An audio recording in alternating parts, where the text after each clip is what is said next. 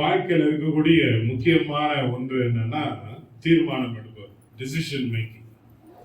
இது ஒவ்வொரு நாளும் எடுத்தே ஆக வேண்டும். இது எடுக்காம நம்மால இருக்க முடியாது. சின்ன சின்ன காரியங்கள் இருக்கிறது. என்ன சாப்பிடுவோம், அப்போ பெண்களாக இருந்தால் வீட்டில் என்ன சமைப்போம், என்ன வாங்குவோம் எப்படின்னு சொல்லி ஒவ்வொரு நாளும் பலவிதமான காரியங்களை யோசிக்க வேண்டிய கட்டாயம் நமக்கு இருக்கிறது. அதில் எடுக்கிற தீர்மானங்கள் சில நேரத்தில் நல்ல தீர்மானமாக இருக்கு, சில நேரத்தில் அது நல்ல தீர்மானமாக இல்லை. அப்போ சில நேரத்தில் நல்லதாக இருந்தாலும் கொஞ்சம் நேரம் ஆன உடனே நமக்கே ஒரு குழப்பம் ஆகும். இப்போ இங்கிலீஷில் வந்து காக்னிட்டிவ் டிசானன்ஸ்னு சொல்லுவாங்க. ஸோ ஒன்றை முடிவு பண்ணி வாங்கிட்டோம், ஆனால் வாங்கினதுக்கப்புறம் சேச்சா அதை வாங்கியிருக்கலாமே, இப்படி பண்ணியிருக்கலாமே அப்படின்னு வருகிற அந்த ஒரு எண்ணத்துக்கு பேர் தான் காக்னிட்டிவ் டிசானன்ஸ். அப்போ தீர்மானம் எடுத்தாலும் அதில் ஒரு திருப்தி இல்லாத ஒரு நிலை. அப்போ தீர்மானமே எடுக்காம பேசாம இருக்கலாம்னா இருக்க முடியாது. ஏதாவது தீர்மானம் எடுத்தாங்க. எனக்கு வெளிநாட்டில் வண்டி ஓட்டுறது தான் ஞாபகம். நம்ம ஊரில் வண்டி ஓட்டுனா இந்த சைடில் இருந்து எங்கே போனாலும் நான் இங்கேருந்து அங்கே போனோம், அங்கேருந்து இங்கே போனா உடனே திரும்பி கொள்ளலாம். ஆனால் அங்கே வந்து அப்படி இல்லை. ஒரு லேனுக்குள்ளே போயிட்டா அந்த லேன் எங்கே போதோ அங்கே தான் போக முடியும். இல்லைங்க நான் இந்த பக்கம் போகணும் அப்படின்னு சொல்லி நான் திரும்பினா முன்னு பின்னாடி வரவா ஹார்ன் அடிக்கும். அந்த ஊரில் ஹார்ன் அடித்தாங்கன்னா கெட்டவத்தை சொல்லி திட்டுறாங்கன்னு அர்த்தம். ஏன்னா வாய் பேச மாட்டாங்க, ஹார்ன் தான் பேசும். அப்போ நமக்கு பின்னாடி இருக்கிற ஆள் ஹார்ன் அடிக்கிறாருன்னா நமக்கு அது ஒரு பெரிய அசிங்கம். அப்போ டிரைவ் பண்ணி போயிட்டு இருக்கும்போது கொஞ்சம் இப்படி போகலாமா அப்படி போகலாமான்னு யோசிச்சுட்டு இருந்தாலே பின்னாடி உடனே அடிச்சிருவாங்க. அது மாதிரி லேனில் நம்ம ஊர்லேயும் அதே கோடு தான் போட்டிருக்கிறாங்க, ஆனால் நம்ம யாரும் அதை ஃபாலோ பண்ணுறது இல்லை. ரோட்டில் வந்து இந்த விட்டு விட்டு போடாமல் ஒரே லைனாக போட்டிருந்தாங்கன்னா அதை தாண்டக்கூடாது. இல்லையா? அது மாதிரி டபுள் லைன் போட்டால் அவசரம்னா கூட தாங்கக்கூடாது. ஸோ இப்படி நிறைய காரியங்கள் இருக்கு. அதில் ஒரு முக்கியமான காரியம் வந்து ஃபோர்க்னு சொல்லுவாங்க. ஃபோர்க் வந்து என்ன அப்படின்னு சொன்னால், ஒரு ரோடு ரெண்டாக பிரிகிற நேரத்தில் முன்கூட்டியே எடுத்து அப்படி கூராக வச்சுருவாங்க. ஸோ அது இப்படி போகும். ஸோ முன்னாடி வரும்போதே நான் இந்த பக்கம் போக போகிறேன்னா இந்த பக்கம் போக போகிறேன்னான்னு தீர்மானம் பண்ணி அந்த சைடு போயிருக்கோம். நான் போகாத பட்சத்தில் இந்த ரோட்டில் போனேன்னா இன்னொரு 10-15 கிலோமீட்டர் போகணுன்னாலும் வேற வழி இல்லாமல் அந்த ரோட்டில் தான் போகும். ரோட்டில் சீக்கிரம் சரி பண்ணிடணும். ஒரு டேர்னிங்கை மிஸ் பண்ணால் போயிட்டு இன்னொரு சைடில் சுற்றிட்டு திருப்பிட்டு வந்துடணும். ஆனால் வாழ்க்கையில் சில நேரம் தீர்மானம் எடுக்கும்போது சரியாக எடுக்காட்டி அந்த மாதிரி யூ டர்ன் போட்டு திருப்பி வர முடியும். சரியா? என்னென்னலாம் தீர்மானங்கள் இருக்குன்னா, நம்ம என்ன சொன்ன மாதிரி சின்ன சின்ன காரியங்கள் இருக்குது. என்ன சாப்பிட போகிறேன், எந்த கடையில் போய் ஜாமான் வாங்க போகிறேன்றது ஒன்று.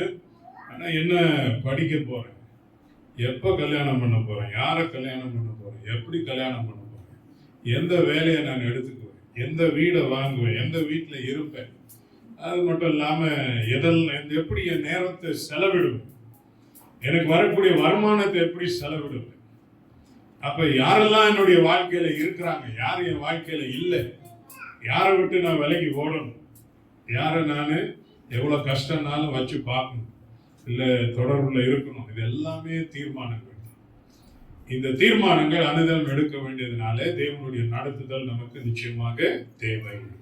ஸோ இப்படி இருக்கிற பட்சத்தில் நவராயத்தில் ஒரு வசனத்தை, ஒரு 2 வசனங்களை வாசிப்போம். நீதிமொழிகள் 3ஆம் அதிகாரம் 5-6 வசனங்கள். உன் சுய புத்தியின் மேல் சாயாமல் உன் முழு இருதயத்தோடு கர்த்தரில் நம்பிக்கையாயிருந்து உன் வழிகளிலெல்லாம் அவரை நினைத்துக் கொள். அப்பொழுது அவர் உன் பாதைகளை செவ்வைப்படுத்துவார்.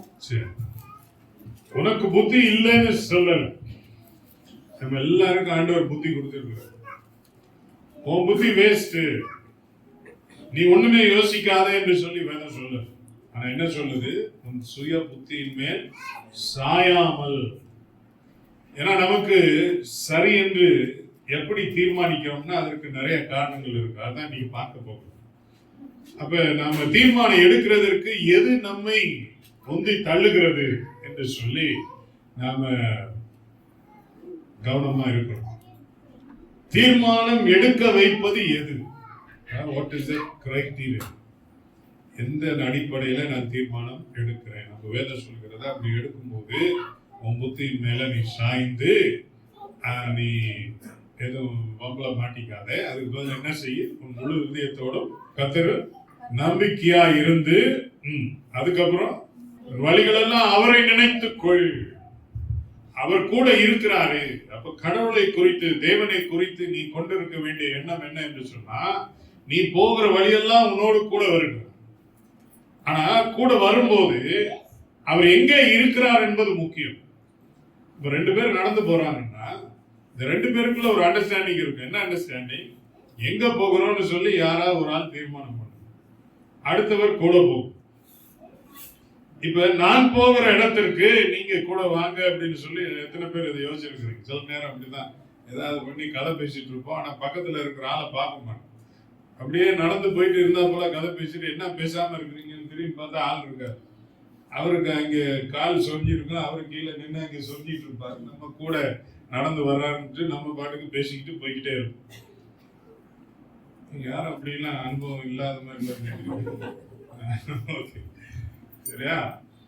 அடுத்தது யார் யாரை கூட்டி செல்லுகிறார்கள் என்பது முக்கியம். சோ இதன் அடிப்படையில பார்க்கும்போது அவர் உன்னை நடத்தட்டும், அவர் கூட வரட்டும். அதனாலதான் மோசேஸ் சொன்னா, ஆண்டவரே நீர் வராட்டி எங்களை இந்த இடத்துல இருந்து அனுப்பாதீங்க. அப்பதான் ஆண்டவர் வாக்கு கொடுத்தார். என்ன சொன்னார்? என் சமூகம் உனக்கு முன்பாக செல்லும் என்று சொல்லி வாக்கு கொடுத்தார். அப்ப அந்த மாதிரி வாழ கற்றுக்கொண்டால் நாம் தீர்மானம் எடுப்பதில் சரியான உந்துதல் இருக்குமானால் நிச்சயமாக சிறிய தீர்மானமோ பெரிய தீர்மானமோ நன்றாய் எடுக்க முடியும். சரியா? அப்ப எதன் அடிப்படையில் ஆட்கள் தீர்மானங்கள் எடுத்தார்கள் என்பதை சீக்கிரமாக இந்த நாளில் நம்ம பார்க்க போகிறோம். முதலாவது ஆதியாகமம் 13ஆம் அதிகாரம் 7-10 வரைக்கும் வாசிப்போம். ஆபிரகாமுடைய மந்தை மேய்ப்பருக்கும் லோத்துடைய மந்தை மேய்ப்பருக்கும் வாக்குவாதம் உண்டாயிற்று. அக்காலத்திலே கானானியரும் பெரிசியரும் அத்தேசத்தில் குடியிருந்தார்கள். ஆபிராம் லோத்தை நோக்கி, எனக்கும் உனக்கும் என் மேய்ப்பருக்கும் உன் மேய்ப்பருக்கும் வாக்குவாதம் வேண்டாம், நாம் சகோதரர். இந்த தேசமெல்லாம் உனக்கு முன்பாக இருக்கிறது அல்லவா? நீ என்னை விட்டு பிரிந்து போகலாம். நீ இடதுபுறம் போனால் நான் வலதுபுறம் போகிறேன், நீ வலதுபுறம் போனால் நான் இடதுபுறம் போகிறேன் என்றான். அப்பொழுது லோத்து தன் கண்களை ஏறெடுத்து பார்த்து யோர்தான் நதிக்கு அருகான சமபூமி முழுவதும் நீர்வளம் பொருந்தினதா இருக்க கண்டான். கர்த்தர் சோதோமையும் கொமோராவையும் அழிக்கும் முன்னே சோவாருக்கு போம் வழி மட்டும் அது கர்த்தருடைய தோட்டத்தை போலவும் எகிப்து தேசத்தை போலவும் இருந்தது. ஒரு சம்பவம் நடக்கிறது. என்ன சம்பவம் நடக்கிறதுனா, லோத்துக்கும் ஆபிரகாமுக்கும் நல்ல செழிப்பு வந்துருச்சு. வாழ்க்கையில 2 பேரும் சாதாரணமா ஆரம்பிச்ச மாதிரி ஆரம்பிச்சு பயங்கர செழிப்பாயிட்டாங்க. செழிப்பான உடனே இந்த பக்கமும் நிறைய ஆடு மாடு மற்ற கால்நடைகள் எல்லாம் இருக்கு, இவர் பக்கமும் நிறைய இருக்கு. அப்ப இவர்களுக்கு கீழே வேலை செய்யறவங்க இந்த இதெல்லாம் ஓட்டிட்டு போய் மேய்ச்சலுக்கு விடுகிறதான நேரத்துல 2 பேருடைய அந்த பொறுப்பா இருந்தவங்களுக்கு இடையில ஒரு புரசல் வந்துருச்சு. ஏன் புரசல் வந்துச்சுன்னா, இது கொஞ்சம் இடத்துக்குள்ள எல்லாமே வரும்போது எனக்கு இல்லை உனக்கு இல்லைன்னு சொல்லி ஒரு நிலைமை வந்துருச்சு.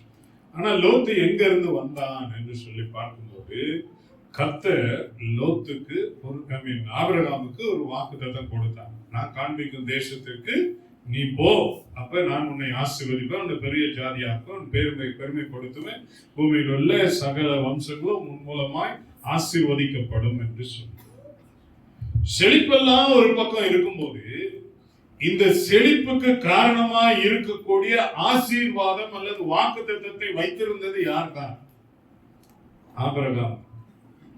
லோத்துக்கிட்ட ஆண்டவர் நேரா பேசல, ஆனா ஆபிரகாம் இடத்துல பேசியிருந்தார். அப்ப மக்கள் கண்ணில் பார்க்கும்போது ஆபிரகாமுக்கு இவ்வளவு செல்வம் இருக்கு, பயங்கர பணக்காரனா இருக்கிறான்னு சொல்லி யோசித்து கொண்டிருக்கிற நேரத்துல அவனை கேட்டிருந்தா அவன் என்ன சொல்லியிருப்பான்? இது பெருசு இல்லை, ஆனா இதுக்கெல்லாம் காரணமா இருக்கிற வாக்கு தத்தத்தை என் இருதயத்துல வைத்திருக்கிறேன். பின்னாடி அந்த ராஜாக்களோட சண்டை போட்டு லோகத்தை காப்பாத்திட்டு வரும்போது தான் சொல்லுகிறேன், நான் ஆண்டவருக்கு நேரா என் கையை தூக்கி இருக்கிறேன், நீ என்ன பணக்காரன் ஆக்கணும்னு சொல்லி நான் அப்படி ஒரு நிலைமைக்கு போக விரும்பல. ஏன்னா என்ன பணக்காரன் ஆக்குனது யாருதான்? என்னுடைய ஆண்டவர் தான் என்று சொல்லி ராஜாவை பார்த்து சொல்லு.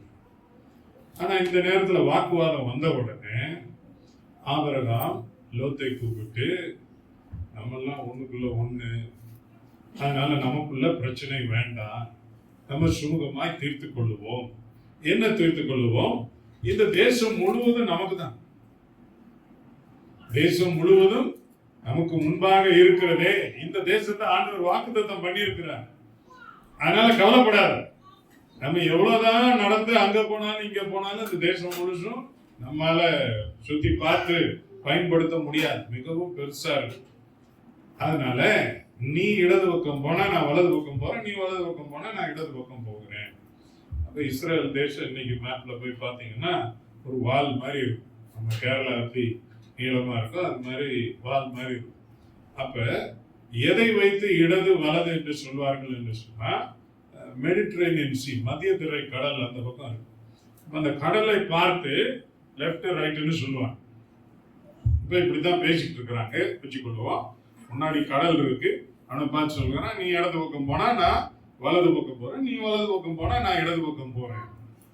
அப்படி சொல்லி கொண்டிருக்கிற நேரத்துல ஆபிரகாம் மூலம்தான் இவன் இதை பெற்றிருக்கிறான்னா, ஆபிரகாம் சொன்ன ஒன்றை அவன் தேர்வு செய்திருந்தால் அவனோடு கூட என்னவோ சேர்ந்து வந்திருக்கும், ஆபிரகாமுடைய ஆசீர்வாதம் வந்திருக்கும். ஏன்னா நாளைக்கு ஒரு பிரச்சனைனா என்ன சொல்லலாம், நான் ஏன் இங்க போனேன், நீ தானே என்ன போக சொன்ன. அப்ப முன்பக்கம் போக முடியாது, ஏன்னா அது கடல். அப்ப இந்த பக்கம் போக முடியாது, இந்த பக்கமும் அந்த பக்கமும் போலான்னு சொன்னா இவன் ஃபுல்லா ஒரு யூ டர்ன் போட்டு அடுத்த பக்கம் பார்த்து அங்க என்னத்தை பார்க்கிறான், அந்த சோதோம் கோமாரா பகுதிகளை பார்க்கும்போது அது சமவெளி. இது மலைக்கு மேல இருக்கிறான்.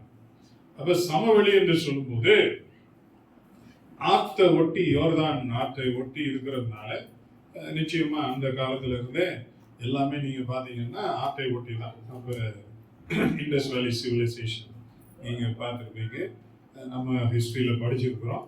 அப்ப இந்து நதியை சார்ந்த ஒரு சமவெளி, அது அப்படித்தான் எல்லாமே இருந்துச்சு. ஆனால் எப்படி ஆத்தை ஒட்டி இருந்துச்சோ எல்லாமே காணா போச்சு. எப்படி காணா போச்சு? அது வெள்ளம் வந்து அது வந்து போச்சு. அப்ப இப்ப நம்ம என்னதான் செய்யறோம், அதை தோண்டி எடுக்கிறோம். அப்ப அதுல சிக்கலும் இருக்குது. அப்ப சொன்னதை விட்டுட்டு அப்ப ஆபிரகாமோடையும் இல்லை, பிரிஞ்சு போகுது. சரி, அவனுடைய அந்த வாக்கு தத்துவத்திலேயாவது கொஞ்சத்தை எடுத்துட்டு போவேன்னா அதுவும் எனக்கு வேணான்னு சொல்லி பார்த்து நல்லா அழகா இருக்குது அப்படின்னு சொல்லி தீர்மானம் எடுத்து நான் அந்த பக்கம் போறேன் அப்படின்னா என்ன அர்த்தம்?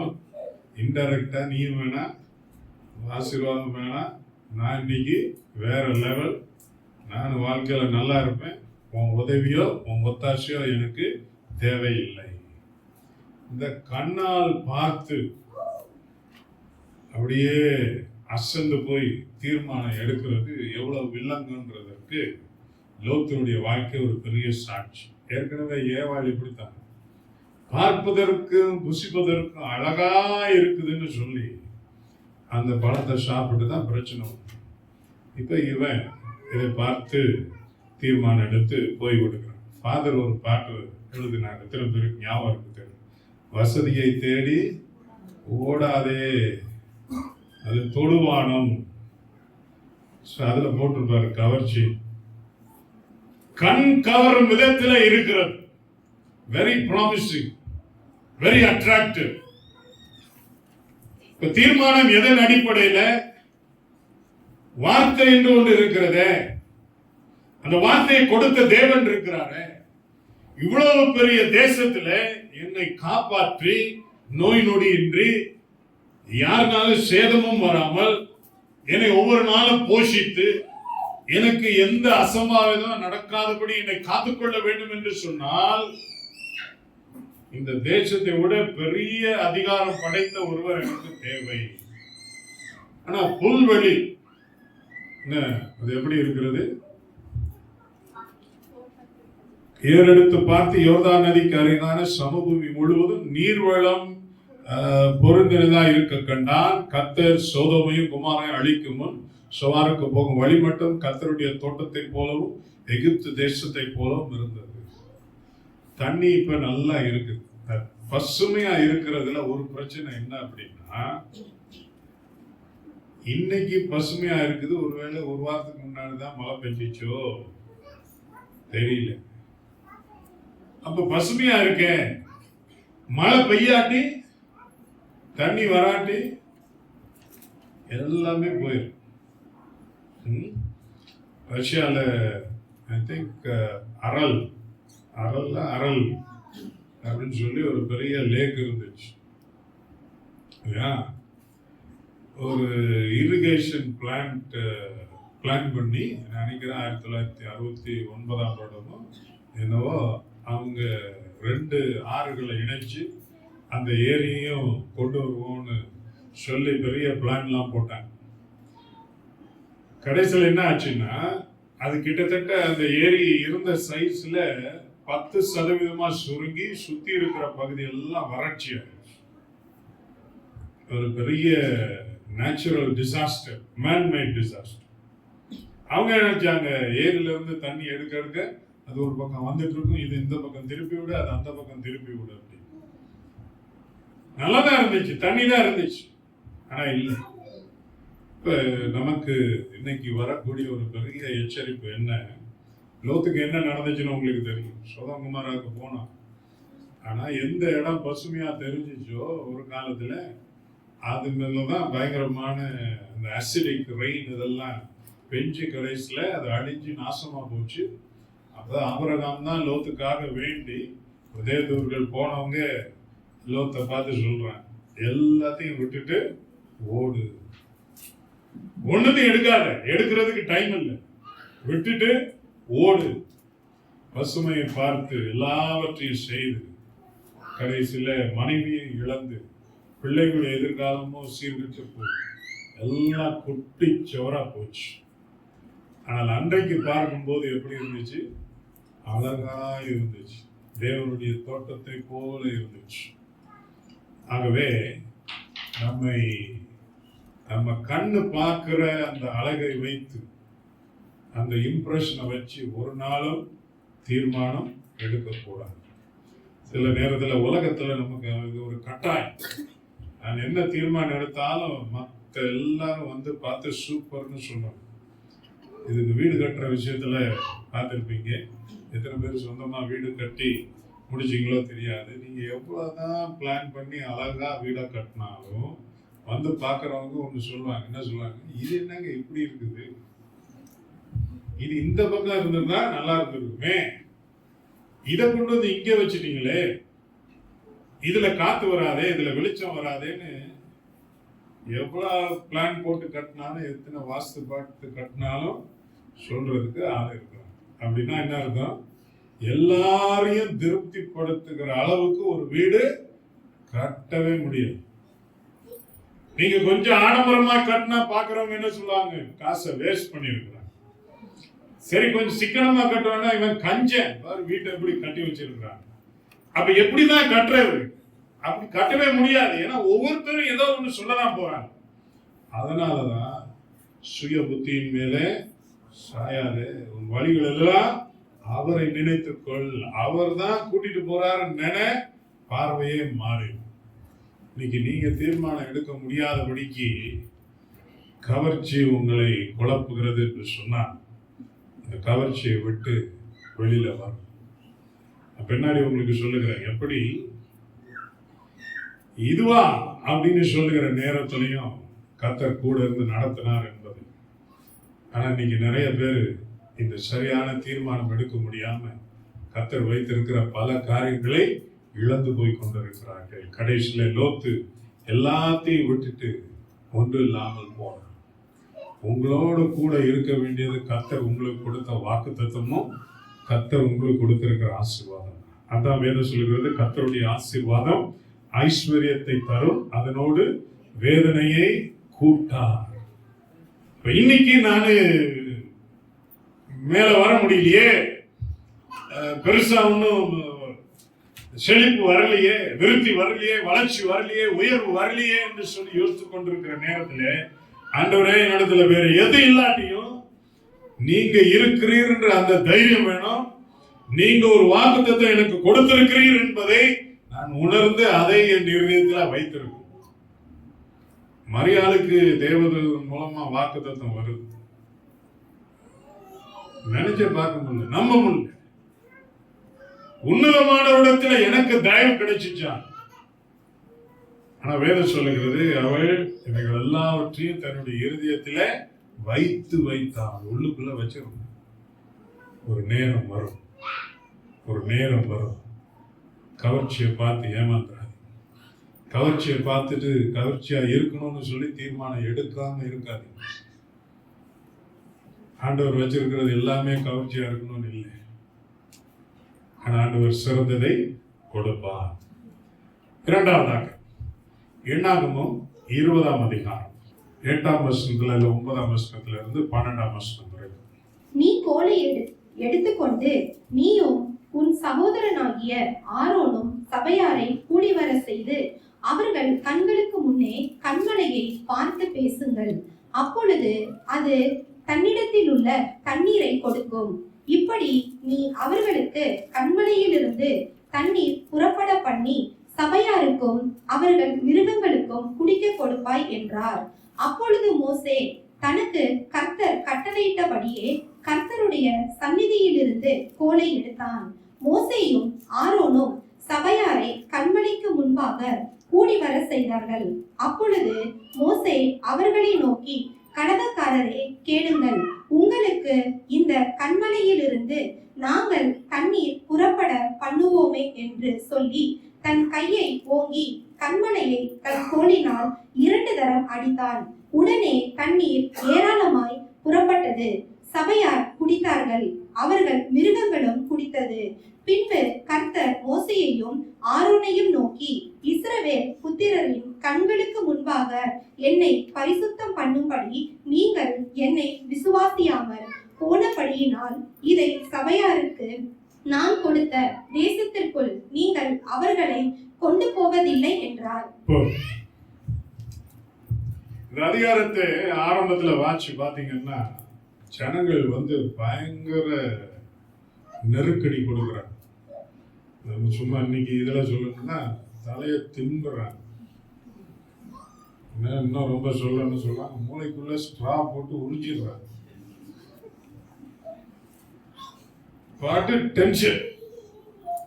என்ன தண்ணியில நாங்க இங்க இருந்தா இப்படி கொண்டு வந்துட்டு சாரத்து குட்டிங்களா ஒரு ஆள் பேசினா கேட்கலாம், சில நேரம் அதே கேட்க முடியாது.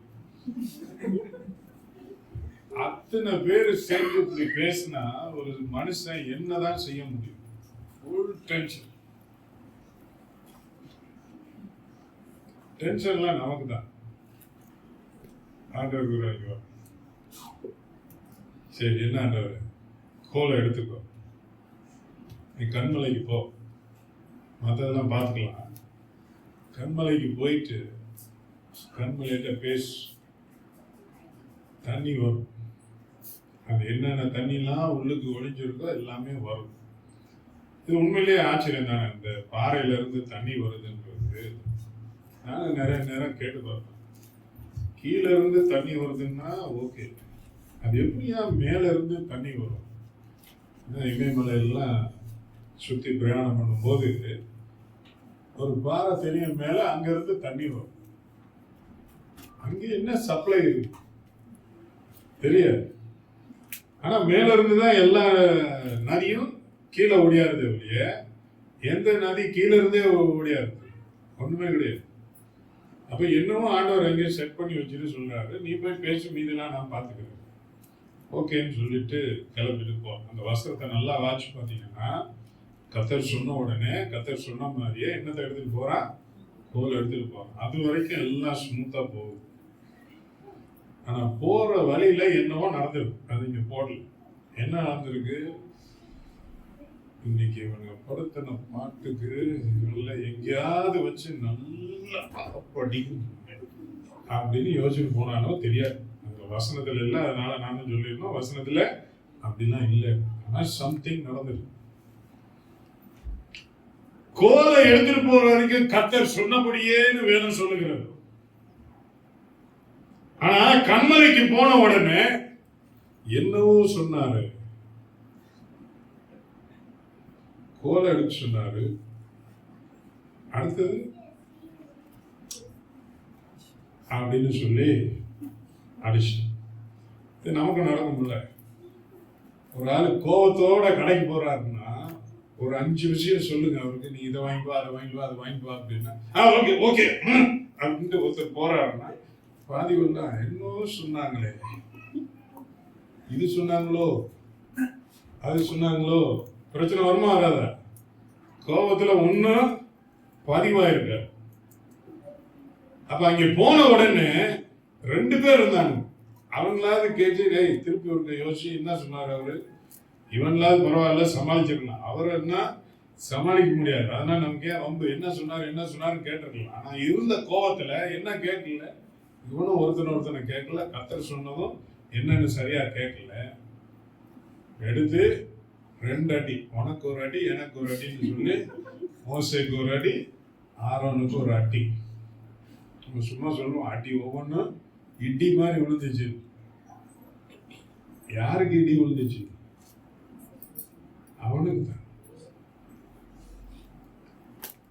ஆண்டவர் சொல்றாரு, இத்தனை லட்சம் பேருக்கு உன்னை தலைவனா வச்சு மாட்டேன்னு ஓட்டின ஒரு ஆளை ஷேப் பண்ணி இத்தனை வருஷம் தடவி நான் கொண்டு வந்தா, நான் சொல்ற 4 லைனை ஒழுங்கா கேட்காத அளவுக்கு நீ பெரிய ஆளாயிட்டியோ? இப்பெல்லாம் ஆண்டவரா இருக்கிற நான் பேசினாலும் கசக்குதோ? சொன்னா கேட்க மாட்டீங்களோ? கர்த்தர் சொல்லுகிற ஒவ்வொரு வார்த்தையும் கேட்கப்பட்டு எழுதப்பட வேண்டும் என்று சொன்னால், நான் 4 வார்த்தை பேசினாலும் அந்த 4 வார்த்தை நீ எப்படி கேட்கணும்? உயிரே போயிருன்ற மாதிரி கேட்கணும். நான் ஒண்ணு சொன்னா நீ போய் ஒண்ணு செஞ்சுட்டு வர்ற, என்ன நினைச்சிட்டு இருக்க? அதனால இன்னைக்கு சொல்றேன், அந்த முறுமுறுத்த அவன் கூட போவான், நீ போக மாட்டேன். ஏன்னா அவன் அறிவு இல்லாம அனுபவம் இல்லாம அதை செய்யறான். ஆனா என்னை பத்தி தெரிஞ்ச நீ அவங்க முன்னாடி என்ன இப்படி அசிங்கப்படுத்திருக்க கூடாது. நாளைக்கு ஒருத்தன் கேட்பான், ஐயா ஆண்டவர் உங்கள்ட்ட என்ன சொன்னார், பேச சொன்னார், நீங்க என்ன பண்ணீங்க, அடிச்சீங்க, அது பிரச்சனை இல்லையா? அது அவர் கிடக்குறாரு அப்படின்னு சொல்றதுக்கு நான் இடம் கொடுக்கணுமா?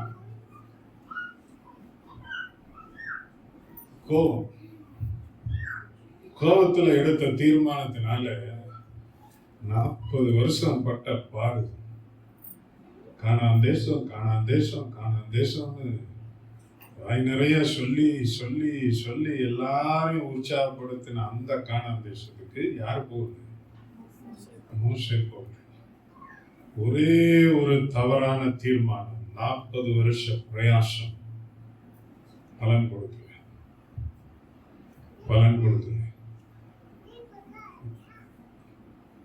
நம்ம நினைச்சிட்டு இருக்கிறோம் நம்ம கோபத்தினால ஒன்றும் பெரிய கஷ்டம்லாம் இல்லை அப்படின்னு. ஆனா கோபத்தை வளர்த்து கொண்டு இருக்கிற நேரத்துல கர்த்தர் சொல்றது கூட காதுல கேட்கலாம். அவர் ஒரு லைன்ல நம்மளை போக சொன்னா நம்ம வேற ஒரு லைன்ல போகும்போது வேதம் சொல்லுகிற மாதிரி மனுஷருக்கு செம்மையாய் தோன்றுகிற வழிகள் உண்டு, அதன் முடிவுகளோ மரண வழிகள்.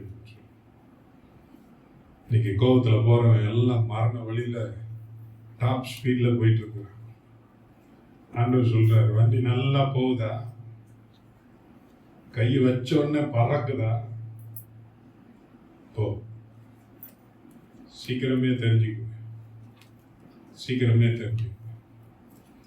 நேரத்தில் நம்ம ஊர்ல ஃப்ளைஓவர் கட்டிட்டு அது முடிக்காத நேரத்தில் எவனா ஒருத்தன் ஒரு லாரி வரணும்னு சொல்லி திறந்து விட்டுரும் கன்ஸ்ட்ரக்ஷன். இப்போ லாரி வேலை முடிஞ்ச உடனே அது மூடி இருக்க மாட்டேன். நைட்டில் அங்கே வர்றவன் அதில் வந்துட்டு புதுசாக கட்டின ஃப்ளைஓவர் சூப்பராக இருக்குன்னு சொல்லிட்டு அடிச்சு பிச்சுட்டு ஸ்பீடில் போ. திடீர்னு முன்னாடி பார்த்தா ரோடும் இல்லை, ஒன்றும் இல்லை, பறந்து போய் கீழே வரும். நீங்க கோவப்பட்டு தீர்மானம் எடுக்கிற அநேகருக்கு ஆண்டவர் ஒரு எச்சரிக்கை கொடுக்குறார். வேற யார் மேலேயா இருக்கிற கோபத்துல நான் யாருன்னு காட்டுறேன்னு சொல்லி தீர்மானம் எடுக்கிற ஆட்கள் இருக்கு. இழந்து போக உன் வழிகள் எல்லாம் அவரை நினைத்துக்கொள். நீயும் அவரும் கூட தான் போகும். பார்க்கிறவங்களுக்கு நீ அவரை கூட்டிட்டு போற மாதிரி தெரியல, ஆனா நீ அவரை கூட்டிட்டு போல, அவர் தான் உன்னை கூட்டிட்டு போறாருன்றத மறந்தேன்னா உங்களை மாட்டிக்க. சரியா? மூன்றாவதாக 1 சாமுவேல் 13ஆம் அதிகாரம் 9 முதல் 13 வரை. அப்பொழுது சவுல், சர்வாங்க தகன பலியையும் சமாதான பலிகளையும் என்னிடத்தில் கொண்டு வாருங்கள் என்று சொல்லி சர்வாங்க தகன பலியை செலுத்தினான். அவன் சர்வாங்க தகன பலியிட்டு முடிக்கிற போது இதோ சாமுவேல் வந்தான். சவுல் அவனை சந்தித்து வஞ்சனை செய்ய அவனுக்கு எதிர்கொண்டு போனான். நீர் செய்தது என்ன என்று சாமுவேல் கேட்டதற்கு, சவுல், ஜனங்கள் என்னை விட்டு சிதறி போகிறதையும் குறித்த நாட்களில் திட்டத்திலே நீர் வராததையும் பெலிஸ்தியர் மிக்மாசிலே கூடி வருகிறதையும் நான் கண்டபடியினாலே கில்கால் பெலிஸ்தர் எனக்கு விரோதமாய் வந்துவிட்டார்கள் என்றும் நான் இன்னும் கர்த்தருடைய சமூகத்தை நோக்கி விண்ணப்பம் பண்ணவில்லை என்றும் எண்ணி துணிந்து சர்வாங்க தகன பலியை செலுத்தினேன் என்றான். சாமுவேல் சவுலை பார்த்து, புத்தீனமாய் செய்தீர். உம்முடைய தேவனாகிய கர்த்தர் உமக்கு விதித்த கட்டளையை கைக்கொள்ளாமற் போனீர். மற்றபடி கர்த்தர் இஸ்ரவேலின் மேல் உம்முடைய ராஜ்ய பாரத்தை என்றென்றைக்கும் ஸ்திரப்படுத்துவார். என்ன நடந்துச்சுன்னா, இன்னைக்கும் சரி இஸ்ரவேல் தேசம் பெரிய தேசம் அல்ல. அப்ப இந்த தேசத்தை உண்டாக்கும் போது கர்த்தர் உனக்கு என்ன சொல்லியிருந்தாருன்னா, உனக்காக நான் வழக்காடுவேன், உனக்கு ஒரு பிரச்சனைனா நான் இருப்பேன், நீ அதை பத்தி கவலைப்பட தேவையில்லை, என்னுடைய வார்த்தையை கடைபிடித்து நீ நடந்தால் நான் உனக்காக யுத்தம் செய்வேன்னு சொல்லியிருந்தேன். அப்படின்னா ஒரு நாளும் இஸ்ரவேல் ஜெயிக்க போகிறது தன்னுடைய பலத்தினாலே அல்ல. அப்ப இவரு யுத்தத்துக்கு ரெடியா இருக்கிறதான நேரத்துல எப்பயா யுத்தம் ஆரம்பிக்க போகுது அப்படின்னா, இல்ல சாமுவேல் வர்றாரு, அவர் வந்துட்டோம் சொன்ன நேரத்துல வரல. இப்ப எல்லா இடத்துல இருந்து ஆளுங்க வந்திருந்தாங்க.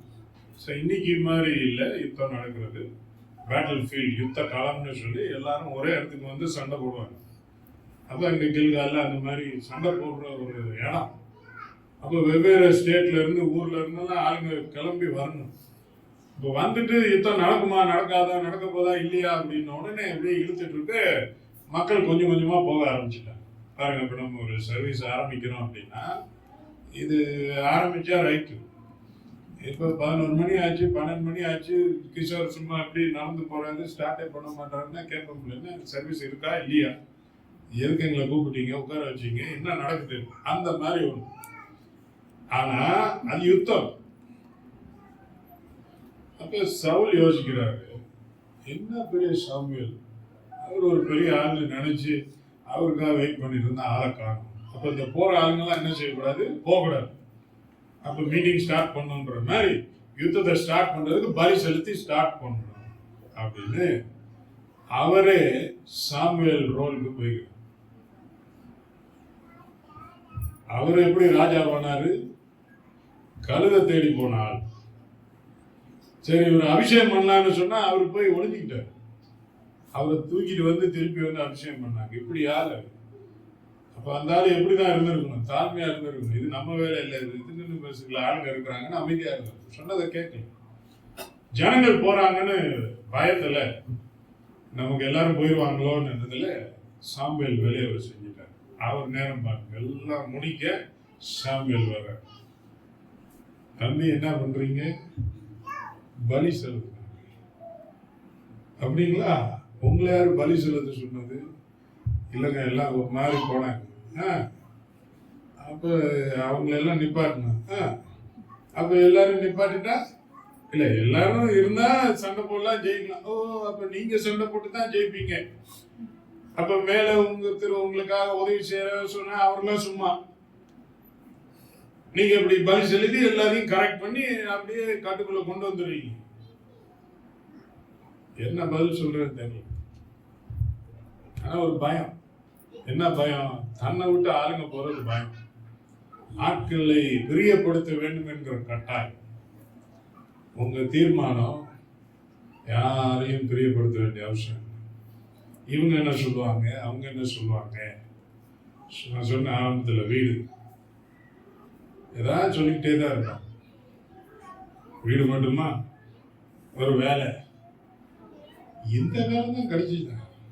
எவ்வளோ நல்ல வேலையெல்லாம் இருக்குது, அதெல்லாம் விட்டு இந்த கம்பெனியில் போய் சேர்ந்துருக்கீங்க.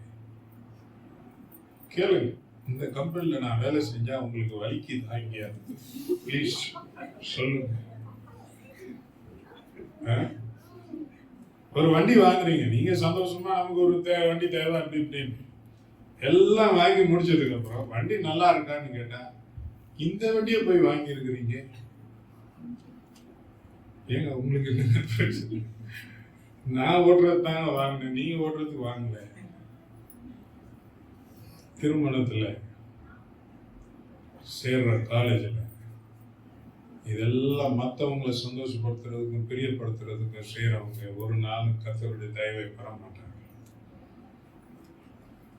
அதனால வேதம் சொல்லுகிறது, அவர் கூட இருக்கிறாரு, அவர்கிட்ட கேள்வி, ஆண்டவரே எனக்கு பார்த்தா ஒரு மாதிரி இருக்குது, ஆனா நீங்க சொல்லுங்க, நான் செய்கிறேன். இது அவனுடைய சரிவின் ஆரம்பம். சரிவின் ஆரம்பம். எங்கேயோ போயிருக்கணும், ஆனா எல்லாத்தையும் மறந்து குழப்பி கடைசியில ஒரு பெரிய அழிவுக்குள்ளே போய் அவனால அவனுடைய சந்ததிக்கு வர வேண்டிய முழு ஆசீர்வாதமும் இல்லாமல் போய்விட்டான். பயம் என்ன வேணா செய்ய வைக்கும். சரியா?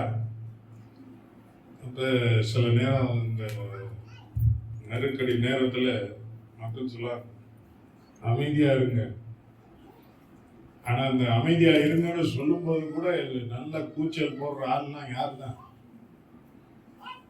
பயந்து போயிருக்கிறார்.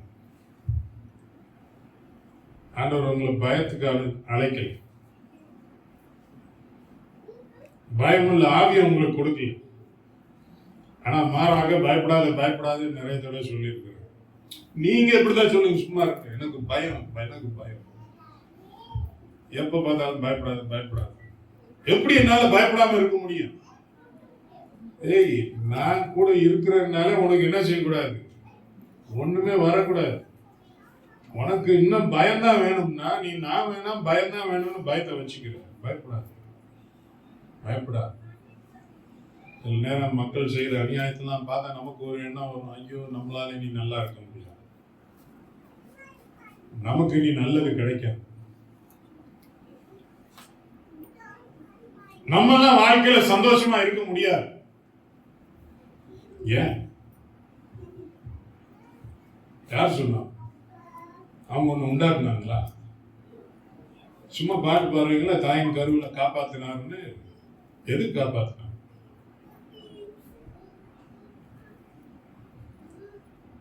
எவ்வளவு அழிவு வர்ற நேரத்துல நம்மள என்ன தாங்கி நடத்திட்டு வர்றாருன்னா நாசமா போறதுக்கு. ஆளுங்க போனாங்களா, இவர் பலி செலுத்தினாரா, எல்லாத்தையும் அவர் கண்ட்ரோல்ல வச்சுக்கிட்டாங்க. யாருக்கிட்ட இந்த விளையாட்டு காட்டிட்டு இருக்க? கர்த்தர் உன்னோட இருக்கிறாருன்னா நீ தைரியமா சொல்லணும், அவர் எனக்காக யாவையும் செய்து முடிப்பார். எனக்கு ஒண்ணுமே விலங்குல, தலை சுத்துது. அதனால இதை நானும் இன்னும் கொஞ்சம் சேர்த்து சுத்தாம பேசாம அடங்கி நான் உட்கார்ந்து என்னவோ நடந்துட்டு போகுது, அவர் பார்த்து கொள்வார். அதுதான் வாழ்க்கை. இன்னைக்கு தீர்மானம் எடுக்க முடியாம குழம்பி போயிருந்தீங்கன்னா சொல்லுங்க, அதெல்லாம் வருங்க வரும். அப்ப கவர்ச்சிக்கு, நெருக்கத்துக்கு, கோபத்துக்கு, இதுக்கெல்லாம் இடம் கொடுத்து கர்த்தர் கொடுத்ததையும் இழந்து போகாதீங்க, கர்த்தர் காட்டுறதையும் விட்டுறாதீங்க, கர்த்தர் காட்டாதையும் போய் அவசரப்பட்டு எடுத்துறாங்க. சரியா? இதுதான் நலம். இப்ப இந்த தீர்மானத்தினாலே சிக்கல்ல மாட்டின ஆளு, ஆனா எப்படி ஆண்டவர் கூட இருந்தார் என்பதை பார்ப்போம். சரியா? ஆதியாகமம் 39ஆம் அதிகாரம் 8-9 வசனங்கள். அவனோ தன் எஜமானனுடைய மனைவியின் சொல்லுக்கு இணங்காமல் அவளை நோக்கி, இதோ வீட்டிலே என்னிடத்தில் இருக்கிறவைகளில் யாதொன்றையும் குறித்து என் ஆண்டவன் விசாரியாமல் தனக்கு உண்டான எல்லாவற்றையும் என் கையில் ஒப்பித்திருக்கிறார். இந்த வீட்டிலே என்னிலும் பெரியவன் இல்லை. நீ அவருடைய மனைவியாய் இருக்கிறபடியால் உன்னை தவிர வேறொன்றையும் அவர் எனக்கு விலக்கி வைக்கவில்லை. இப்படி இருக்க நான் இத்தனை பெரிய பொல்லாங்கு உடன்பட்டு தேவனுக்கு விரோதமாய் பாவம் செய்வது எப்படி என்றான். சரி, 2 பேர் தான் இருக்கிறாங்க. போத்திபாருடைய மனைவி யோசேப்பு. ப்ரொபோசல் யாரு கொடுக்குறா? போத்திபாருடைய மனைவி கொடுக்குறா. அவர் சொல்றா, எனக்கு எல்லா அதிகாரமும் இருக்கு, என்ன மீறி இந்த வீட்டில் ஒன்றும் நடக்காது. அதை யோசிப்பே சொல்றான், உன்னை தவிர இதில் எல்லாத்தின் மேலும் எனக்கு அதிகாரம் கொடுத்துருக்காரு. இப்போ அவர் சொல்றா, என்ன மீறி ஒன்றும் நடக்காது, நான் சொல்றபடி கேள் சொல்றான். பார்க்க நல்லா தான் இருக்கு, ஆனா இது பாவம், இது தவறு, நம்பிக்கை துரோகம், நான் செய்ய மாட்டேன் அப்படின்னு சொல்லி. ஏன் செய்ய மாட்டேன்? இது கர்த்தருக்கு விரோதமான ஒரு காரியம். ஏன்னா உன்கிட்ட இருந்து நான் தப்பி ஓடிடலாம், யார்கிட்ட இருந்து தப்பி ஓட முடியாது. கர்த்தர்கிட்ட இருந்து தப்பி நான் எங்கேயும் போக முடியாது. அதனால உன்னை பகைச்சிக்கிறதுக்கு எனக்கு பிரச்சனை இல்லை, நான் அவரை பகைச்சு கொள்ள முடியாது என்று சொல்லி தீர்மானம் எடுக்கிறேன். இதனால பொய்யாய் குற்றம் சாட்டப்பட்டு அவன் சிறைச்சாலைக்கு போறான். அதுல இருந்து அவனுக்கு சர்க்கிள், ஒரு பெரிய வீட்டுல அதிகாரத்தோட இருந்தவனை கொண்டு போய் லாக்அப்ல வச்சுனாங்கன்னா மத்தவெல்லாம் கேட்டுருப்பாங்க, நமக்கெல்லாம் இப்படி வாய்ப்பு கிடைக்க மாட்டேங்குது, கிடைச்ச வாய்ப்பை விட்டு வந்து இப்படி நிற்கிறீ, எவ்வளவு ஜாலியா இருந்திருக்கு. சிலவங்க சிரிச்சிருப்பான், வைத்தியக்காரன் நான். அப்ப எல்லாம் பல்ல கடிச்சிட்டு சொல்லிருப்போம், அந்த சர்க்கிள் ஆனாலும் சரி நீ கூட இருந்தா அது போதும். ஏன்னா சிறைச்சாலையில யோசேப்பு இருக்கும்போது வசனம் என்ன சொல்லுகிறது? கர்த்தர் அவனோட கூட இருந்தார். கர்த்தர் கூட இருந்தார். அது குழியா இருந்தாலும் சரி, அது சிறையா இருந்தாலும் சரி, அவருக்கு தெரியும் அடுத்தது என்ன. இன்னைக்கு நமக்கு இருக்கக்கூடிய ஒரு பெரிய கேள்வி அநேக நேரம் என்ன? What is next? Where do I go from here? இப்படி கத்தர் கத்தர் கத்தர்னு சொல்லி என்ன குழியில கொண்டு வந்து விட்டீங்களே. ஆண்டோடைய வார்த்தை வார்த்தை வார்த்தைன்னு சொல்லி இப்படி என்ன ஜெயில கொண்டு வந்து விட்டீங்களே. அப்பா இல்லை, அம்மா இல்லை, நண்பன் இல்லை, ஒரு பய உதவிக்கு இல்லை, என்னத்தை வாழ போறோம்? அவரை பார்க்கும் போதெல்லாம் அவர் ஸ்மைல் பண்ணி சொல்லுவார், this is not the end of the road. இது முடிவில்லைப்பா, நீ டெய்லி எந்திரிச்சுவோம் வேலையப்பா. ஆண்டவரே எல்லாம் சிரிக்கிறாங்க, இந்த பைத்தியக்காரன்னு சொல்லி பரியாசம் பண்றாங்க. ஆண்டவரே உனக்கு விரோதமா எழுவும் எந்த நாமும் நீ குற்றப்படுத்துவாய். சாமி ஆண்டவரே எவ்வளவு நாளப்பா, உனக்கு நான் இன்னும் வேற ஒன்றை ரெடி பண்ணிட்டு இருக்கிறேன், அதை முடிச்சுட்டு வந்து உன்னை கூட்டு போறேன். இங்கேயே ஆண்டவரே எனக்கு இங்க ஒண்ணுமே இல்லை, எனக்கு அடுத்த ஸ்டெப் எந்த சைடு எடுத்து வைக்கிறது ஒண்ணுமே தெரியல. அங்கேயே நான் இருக்கிறேன்ல, அங்கேயே அந்த குழியில இருக்கிறவங்க ஸ்டெப் பை ஸ்டெப்பா இல்லை, நேரடியா. பார்வனுக்கு மேல யாருமே இல்லை. அந்த பார்வன் அவனை கூப்பிடும் போது என்ன சொல்றான்? என்ன நீதான் காப்பாற்றணும். அந்நாள் வரைக்கும் அவன் மனசுக்குள்ள ஒரு எண்ணம் இருந்துச்சு. என்ன யாரு காப்பாற்றுவாங்க? அப்படித்தானே? எனக்கு நீ யார் இருக்கிறா? இப்ப பார்வன் அவனை பார்த்து சொல்லுகிறான், உன்னை விட்டா எனக்கு ஆள் இல்லை, என்ன நீ காப்பாற்றணும். அன்னைக்கு நைட்டு வீட்டுல போய் கதவை சாத்திட்டு ஜெபம் பண்ணும்போது, ஆண்டவரே எப்படி இப்படிலாம் பிளான் பண்ணுவீங்க? நாங்களே என்னலாமா பிளான்லாம் போடுவோம். எனக்கு யாரும் இல்லையேன்னு நான் அழுதுகிட்டு இருந்தா என்ன கொண்டு போய் இங்க நிப்பாட்டு. அவன் சொல்றான், ஒன்ன விட்டா எனக்கு ஆள் இல்லையா? அதுதான் ஆண்டவர். அதனால குழியில் இருக்கிறது போல உணர்றவங்களுக்கும், சிறைச்சாலையில் அடைபட்டேன் என்று நினைக்கிறவங்களுக்கும் கர்த்தர் சொல்லுகிற வார்த்தை, நான் உன்னை வெளியில கூட்டிட்டு போற வரைக்கும் அங்கேயே பத்திரமா இரு. ஏன்னா நீ நினைச்சுக்கோ உனக்கு எதிர்காலம் இல்லைன்னு, ஆனா நான் உன்னை பாதுகாப்பான இடத்துல வச்சிருக்கிறேன்றதை நீ மறந்துடக்கூடாது. கடைசியா ஒரு காரியத்தை சொல்லி நான் முடிக்கிறேன். லூக்கா 22ஆம் அதிகாரம் 42ஆம் வசனம். பிதாவே, உமக்கு சித்தமானால் இந்த பாத்திரம் என்னை விட்டு நீங்கும்படி செய்யும். ஆயினும் உம்முடைய சித்தத்தின்படி அல்ல, உம்முடைய சித்தத்தின்படியே ஆக கடவுது என்று ஜெபம் பண்ணினார். உமக்கு சித்தமானால், என் சித்தப்படி அல்ல, உம்முடைய சித்தப்படி ஆக கடவுது. அப்படின்னா இங்க தெளிவா அந்த சூழலை வச்சு பார்க்கும்போது, என் சித்தம் உம்முடைய சித்தம். அப்ப என் சித்தம் அப்படின்னா எனக்கு அப்படி தோணுது. என்ன தோணுது? இவ்வளோ பாடு, இவ்வளோ அவமானம், இவ்வளோ கஷ்டம், வேதனை அடையணுமா? வேற வழி இல்லையா அப்படின்னு எனக்குள்ள ஒரு சத்தம் வந்துகிட்டே இருக்கு. இப்ப தீர்மானம் எடுக்கணும், இதனூடாய் நான் போக வேண்டுமா வேண்டாமா என்று சொல்லி. ஆனா நான் போகணும் என்பது உம்முடைய சித்தம். அந்த ஜெபமே எதற்காக? என் விருப்பத்தை நிறைவேற்றும் என்பதற்காக அல்ல, உம்முடைய சித்தத்திற்கு என்னை ஒப்பு கொடுக்கிறேன் என்பதற்காக தான் ஜெபம். இன்னைக்கு நிறைய பேர் நம்ம நினைக்கிறோம், ஜெபம்னு சொன்னா ஆண்டவர்கிட்ட இது எனக்கு வேணும் நீங்க தாங்க அப்படின்னு கேட்கிறது தான் ஜெபம். ஆனா இயேசு அப்படி ஜெபிக்கல. எனக்கு இதெல்லாம் தோணுது, அதோட நீங்க என்ன சொல்லுங்க.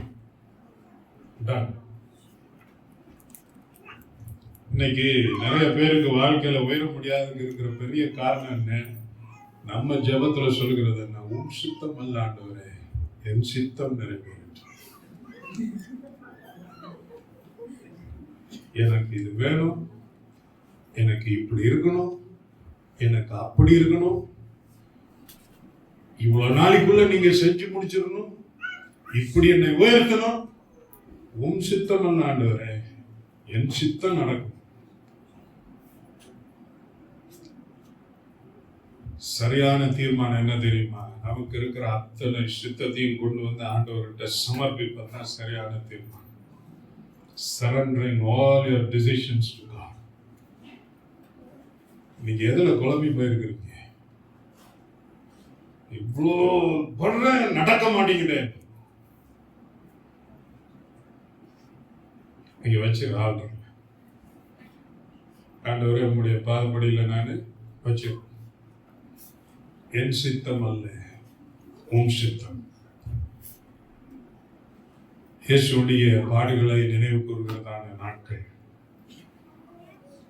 வித்தியாசமான இதுல ஜனங்கள் செய்யறாங்க.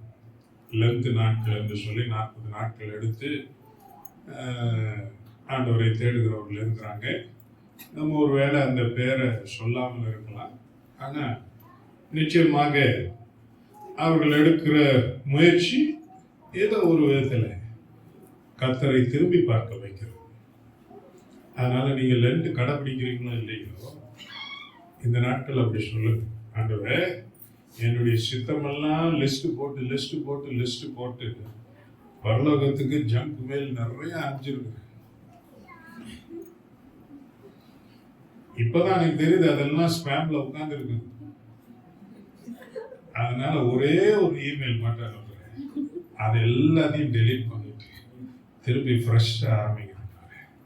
என் சித்தம் அல்ல உம் சித்தமாக கடவுள். ஏன்னா நமக்கு அறிவு நிறைய. நம்ம எதுல ஆரம்பிச்சோம்? உன் சுய புத்தி இன்மேல் சாரா. உனக்கு புத்தி இல்லைன்னு ஆண்டவர் சொல்லல, ஆனா உனக்கு அந்த புத்தியை கொடுத்து ஆண்டவர் சொல்றாரு, நீ தப்பு பண்ணிடுவ. அதனால்தான் நான் உன்னை சில வழியெல்லாம் போகாம தடுத்து நிறுத்தி வச்சிருக்கிறேன். அவரை நினைத்துக்கொள், அவர் எல்லாவற்றையும் வாய்க்கப்படுவார். இன்னைக்கு உண்மையிலேயே பாரத்தோட யாரும் உட்கார்ந்து இருக்கிறீங்க தெரியல. நான் டைரக்டாக பேசுறேன். ஏன்னா ஒரு சில சர்ச்சுக்கு நான் போகும்போது ஒருத்தரையும் எனக்கு தெரியாது. அப்படின்னா நான் தைரியமா சொல்லுவேன், இது அது எனக்கு கொஞ்சம் தெரியும், அது இன்னும் டேஞ்சர். உங்களை பத்தி A to Z கரெக்டா தெரிஞ்சிச்சுன்னா தைரியமா பேசிடுவேன். அரைக்குறையா தெரிஞ்சுட்டு பேசுறது வம்பு. அதனால நான் டைரக்ட் ரெஃபரன்ஸ் ஒன்றும் கொடுக்கல. ஆனா எனக்கு தெரியும், வாழ்க்கையில நமக்கு போராட்டங்கள் உண்டு, மன தேவைகள் உண்டு, செய்து முடிக்க வேண்டிய வேலைகள் உண்டு, படித்து முடிக்க வேண்டிய படிப்புகள் இருக்கிறது, வாழ்க்கையில் இருக்கிற கமிட்மெண்ட்ஸ் இருக்கு. இந்த ஈஸ்டர் வர்றதுக்கு முன்னாடி ஒரு காரியத்தை செஞ்சு முடிச்சிருக்கோம். ஆண்டவரே, 10-15 வருஷமா போட்ட லிஸ்ட் இன்னைக்கு அந்த எரியிற ஆல்டர்ல நான் போடுறேன்னு ஒரு நாள் அப்பாயிண்ட் பண்ணி எல்லாத்தையும் போட்டோம். என் சித்தம் அல்ல உன் சித்தம். நான் குழியில இருக்கிற ஆண்டவர், ஆண்டவர் சொல்ல பாதுகாப்பா இருக்கிறேன். இந்த குழிக்கு வேற ஒருத்தனும் வர மாட்டான். நீ பெரிய சிம்மாசனத்துல உட்கார்ந்தேன்னா எல்லாரும் ஒன்ன தள்ளிட்டாங்க, உட்கார்றதுக்கு ரொம்ப வேகமா இருப்பான். ஆனா நீ குழியில இருக்கும்போது கம்பெனிக்கு யாரும் வரவே மாட்டான். உன்னை ப்ரொடெக்ட் பண்றதுதான் இங்க வச்சிருக்கிறேன். என்ன இங்க விட்டுட்டு நீங்க எங்க போனீங்க? இங்க வேலை நடக்குது, முடிச்சு கூட்டு போறேன். பேசாமல் ஏற்ற காலத்தில் உங்களை வைத்து முடிக்க அவருடைய பலத்த கருத்துல அடங்கிருங்க. கர்த்தர் நமக்கு ஞானத்தை கொடுப்பா. ஆகவே இந்த நாட்களில் ஆண்டவரை தேடுவோம், விசுவாசிப்போம். வேண்டிக் கொள்வதற்கும் நினைப்பதற்கும் மிகவும் அதிகமாக செய்வார். நம்ம நிறைய நேரத்தில் சின்ன பிள்ளை பொண்ணா கேட்கிறோம். அதான் சொல்றாரு, நான் என்னவோ செய்யணும் வச்சுட்டு இருக்கிறேன், நீ என்ன அந்த குச்சி மிட்டாய் கலகிறத விட மாட்டீங்க. சொல்லுங்க, ஆண்டவரே, குச்சி மிட்டாய் இல்லை, என்னை போஷிக்கிறவர் நீர். எத்தனை வருஷம் நான் உயிர் வாழ்ந்தாலும் என்னை பாதுகாக்கிறவர் நீர். அதனால உமக்காக நான் என்னை விட்டு கொடுக்குறேன்னு சொல்லுங்க. அதுதான் best decision that you can ever make. உங்க வாழ்க்கையில் அதை விட பெரிய டிசிஷன் நீங்க எடுக்கவே முடியாது. கர்த்தர் உங்களுக்கு கிருபை செய்வாராக. ஆமென். கண்களை மூடி ஜெபம் பண்ணுவோமா? இருக்கிற இடத்துல அப்படியே தலைகளை தாழ்த்தி கண்களை மூடி ஆண்டவரை தேடுவோம். எத்தனையோ காரியத்துல ஆண்டவர்கிட்ட போராடி தோத்து போயிருக்கிறோம். ஆண்டவரை இன்னும் ஒரு வாரத்துல நடக்கணும்னு சொல்லி அவருக்கு நம்ம நோட்டீஸ்லாம் அனுப்பிச்சு பார்த்தோம். அவர் அது குவில போட்டார். நீ என்ன எனக்கு நோட்டீஸ் அனுப்புற? உட்கார பேசாம இரு. ஆண்டவரை, இது மட்டும் இல்லாட்டி நான் வாழ்க்கையில நொந்து போயிருவேன். ஆண்டவரை, முட்டாள் மாதிரி பேசுறேன். நான் வேற லெவலுக்கு பிளான் பண்ணிட்டு இருக்கிறேன். நீ ஒரு குச்சி மிட்டாய்க்கு இப்படி அழுதுட்டு இருக்க. அதனால நீங்க அழுத காரியங்கள், போராடின காரியங்கள் எல்லாத்தையும் இந்த நாள் ஆண்டவரே, அது ஒரு குச்சி மிட்டாய் நான் தூக்கி போட்டு போறேன்ப்பா. நீங்க இருக்கிறீங்க, என்னை விட்டு எடுபடாத நல்ல பங்கு நீங்க தான்ப்பா. நான் போற இடமெல்லாம் நீங்க தான் என்னோட கூட இருக்கிறீங்க. நான் சிறைச்சாலையில இருந்தாலும் என்னோட கூட இருக்கிறீங்க, குடியில இருந்தாலும் கூட இருக்கிறீங்க, நான் படுத்திருக்கிற நேரத்துல என்னோட கூட இருக்கிறீங்க. எல்லாரும் என்னை அவமானப்படுத்தி விட்டு என்னை விட்டு போனாலும் என்னோட கூட இருக்கிறீங்க. என் கூட யாருமே இல்லை என்றாலும் நீர் மாத்திரம் என்னோடு கூட இருக்கிறீர். எதுவும் உம்முடைய அன்பை விட்டு என்னை பிரிப்பதில்லை அம்மா. ஒன்னும் பிரிக்க முடியாது. அந்த நம்பிக்கையில வாழ்க்கையை நான் எதிர்கொள்கிறேன்னு சொல்லுங்க. ஒரே ஒரு தீர்மானம், என் தேவன் எனக்காக யாவையும் செய்து முடிப்பான், அவ்வளவுதான், அவர்கிட்ட நான் விட்டுட்டேன் அப்படின்னு சொல்லுங்க.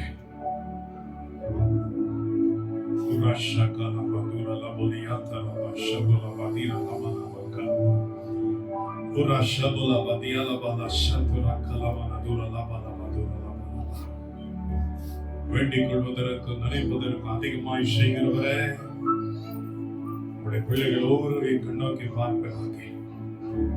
இங்க இருக்கிற பெற்றோர்களை உடைய காலத்தில் ஒப்பு கொடுத்து சொல்லுகிறேன். எத்தனை பாரங்கள், எத்தனை பயங்கள், எத்தனை ஏக்கங்கள் பிள்ளைகளை குறித்து கர்த்தர் அத்தனையும் நீர் நிறைவேற்றி கொடுக்கிறார். இங்க இருக்கிற வாலிப பிள்ளைகளை உடைய கரத்தில் ஒப்பு கொடுக்கிறேன். சாதிக்க வேண்டும், செய்து காட்ட வேண்டும் என்கிற ஆர்வம் ஒரு பக்கம், ஆனாலும் ஒத்து வராதபடிக்கு தடைகளாய் வந்து சேருகிற நேரத்தில் எனக்கு ஒரு எதிர்காலம் உண்டா, நான் சந்தோஷமா இருக்க முடியுமா என்ற கேள்விகளோடு இருக்கிற பிள்ளைகள் ஒவ்வொருவரையும் கர்த்தர் கண்ணில் கண்ணோக்கி பார்க்கிறாங்க. திகையாதே, கலங்காதே என்று சொல்லுகிற வார்த்தை அவர்களுக்கு வரட்டுமா. இருக்கிற சிறு பிள்ளைகளை உடைய கரத்தில் ஒப்பு கொடுக்கிறோம். அவங்களுக்கு வாழ்க்கையில வேற எது இருந்தாலும் இல்லாட்டி உடைய வாக்குத்தத்தம், உடைய ஆசீர்வாதம் இருக்கணும் ஆண்டவரே, ஒவ்வொருவருக்கும் இருக்கணும் ஆண்டவரே. அதுதான் வாழ்க்கையில அவங்களை கடைசி வரைக்கும் கொண்டு போக ஆண்டவரே. கர்த்தர் இந்த வாக்குத்தத்தத்தை உடைய பிள்ளைகளுக்கு கொடுத்திருக்கிறாங்க.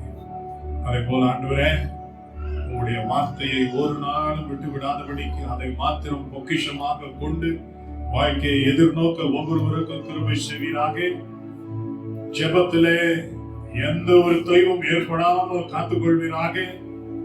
ஒரு பட்டியலை கொண்டு வந்து உம்மிடத்தில் கொடுத்தாலும் அது அல்ல, நீர் வைத்திருக்கிற பட்டியல் தான் மேன்மை என்று சொல்லத்தக்கதான ஒரு கிருபை கொடுத்துள்ளாக. கவர்ச்சியை கண்டு ஏமாந்து விடாதபடி பார்த்துக் கொள்வீராக. அழகல்ல, ஐஸ்வர்யம் அல்ல, தோற்றம் அல்ல, உம்முடைய கிருபை, உம்முடைய தயவு, அந்த உணர்வை ஒவ்வொருவருக்கும் நீ கொடுத்தரலாம். கர்த்தர் அந்த காலவேளையில வந்திருக்கிற ஒவ்வொருவரையும் ஆசீர்வதியும். இதனால நாங்கள் இங்கிருந்து போகும்போது ஒரு பெரிய தைரியத்தோடு, ஒரு பெரிய நம்பிக்கையோடு, புது பலத்தோடு செல்ல நீர் கிருபை கொடுப்பீராக. தாழ்த்தி ஒப்பு கொடுக்கிறோம். துதி கன மகிமை எல்லாம் உமக்கே செலுத்துகிறோம். இயேசுவின் நாமத்தில் ஜெபிக்கிறோம் நல்ல பிதாவே. ஆமென். ஆமென்.